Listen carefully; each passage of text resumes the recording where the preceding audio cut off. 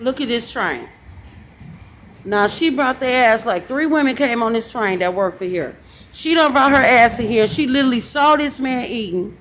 She was more concerned about him having a mask on because he was sneezing while he was eating. Look at this floor. This fool sit here and talk to himself for 3 hours, non-stop on this damn train, throwing stuff on the floor, and guess what? He's one of the regular ones. What we call, it's everyday people. That's what he is. Everyday people. And they know these fools that get on this train because it's the everydays that come on. Okay? Usually he sit right there.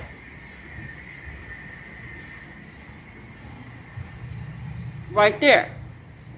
Now, if you wonder why this color right there, because I created this train and they stole it from me. That's why they made it this color. Okay? The governments already know it in Washington, D.C. already know that my family and I, we have invented cars, trains, and buses. Okay? Now, we became workers with the government. Okay? There was a crime that took place approximately at 11:30 a.m. this morning, okay? It was through that door. A young man was sitting right here, okay? He had a dark blue, navy blue bag and a plastic bag in his hand, okay? What he did, he went out that door trying to help a young woman that was robbed, okay? So he said the young man put a gun on him in the process of that, okay? So he jumped from that door there to go next to my bags, which is my wagon right there. And I told him, you was too much on my bag. He was hiding behind that bag.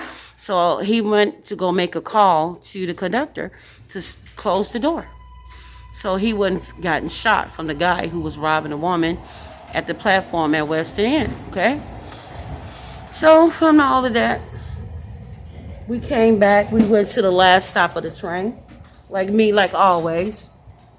Like always, you know. I travel this train. I be on this train a lot. I see stuff, you know. But by the time we came back, there were no police officers. It was nothing. It was nobody stopping the train to stop the wars or the fight, whatever took place. It was nothing. And it didn't even seem like it was real. It looked like it was a setup.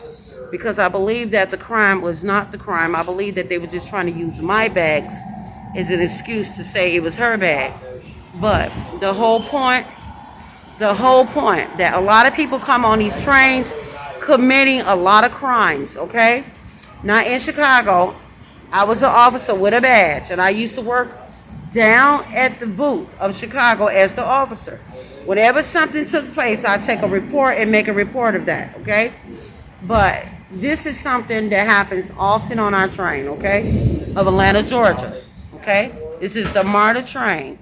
On these trains, what usually happens is that sometimes a person, they will like discriminate a person for being light-skinned. And I am light-skinned, okay? And you got to understand, I hear a lot of women complaining that they don't like light-skinned people. But I just feel like you going to have to get over that because you ignorant. Because I be telling them how ignorant they are. You know what I'm saying? So they get this thing where they all stick together between the MARTA workers, the police officers, the airport, Greyhound. They all work together. And, you know, and sometimes when they do their dirty work, they always work the custodians. Because this train ain't been cleaned. But they'll come on my train in my car to clean the fort. Okay? Then they be witching in the middle of the aisle. They be doing all this little witchcraft and stuff. Slamming the dustpan on the ground, acting as though they so into clean. But the rest of the cars was not swept and clean. Because I take this train very often and I get a chance to see a lot that's go on. But it shows that the employees are very bitter towards me and they have a retaliation towards me. And I'm a former officer. I do work with government. I work with the senators of Illinois. I'm a U.S. activist. I've been hired since 1987 in Illinois. I have worked for 3 politicians in Atlanta, Georgia since 2003.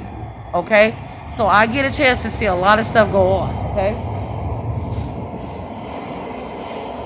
But it's not fair that these employees treat me like that. So when they came through here, they kept coming back and forth, leaving that door open, that main door right there, okay? They left that open. Then when they came, they slammed the door to make me stop and hack my data. They wanted to hack my data because they knew I was calling the president or make a report against him, because they've been seeing all the time since I've been here that I had to make a report against the things that they were plotting up against us.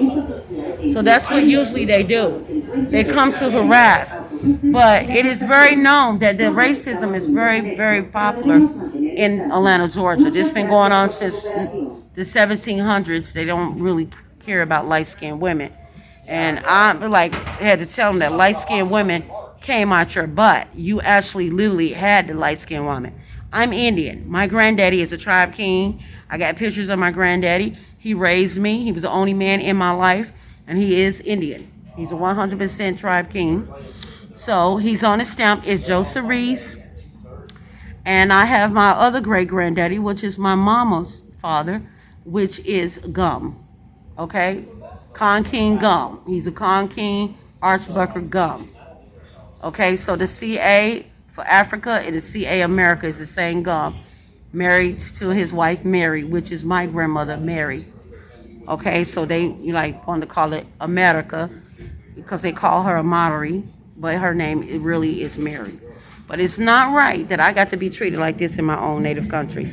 Okay, I get a lot of people who work from these professional places, such as the airport custodian, had lied and told a police officer that was on the floor that I was in a bathroom for an hour, and she went to the bathroom deliberately just to bother me. That's what they do. They follow me. And what's the worst part about it is that 2 police officers assisted me a whole different day on the train, because this is from like usually if they hear about one incident that occurred, they all retaliate in different places or different professions and different buildings and different places. So the problem that I have with people is they want to attack me for basically being a witness to something that affected me. I'm the victim here. Okay? So 2 police officers helped me use the ladies' room at the MARTA station at the Duraville train station. 2 bus drivers got off and got mad because the police officers opened up the bathroom for me and 2 other ladies to use the bathroom. So it was 2 bus drivers got off to go to the bathroom because that's what they're doing now. They're following me to the bathroom and they're stalking me and they're offending me. When I first went downtown, because I had built a bathroom in the 2000, which was my self-clean electric touch sensor bathroom. I am an inventor. I go to the government office all the time when I invent products and stuff. When I invented my cell phone, my Android, my iPods, my iPads, all of that was by me. They went and let this guy steal my husband's name, Steve, and said his name was Steve Jobs, and steal my cell phones, my products, and all my stuff. I had to get the government to help me fight because at the time we had Government Purdue. I have made numerous reports with Government Purdue concerning this issue because I remember when Government Purdue was the governor of Georgia, 2003. At the time, our president was Bush, okay? President Bush. And President Bush would come down here to Atlanta, Georgia all the time, and they tried to attack him, okay? And I tried to save him at Coretta Scott King's funeral, which was at New Birth Baptist Church, 2004. There was a lot of stuff going on. They tried to harm this man. I couldn't go to the funeral because they were plotting a war, and he didn't do anything. And he loved Coretta Scott King.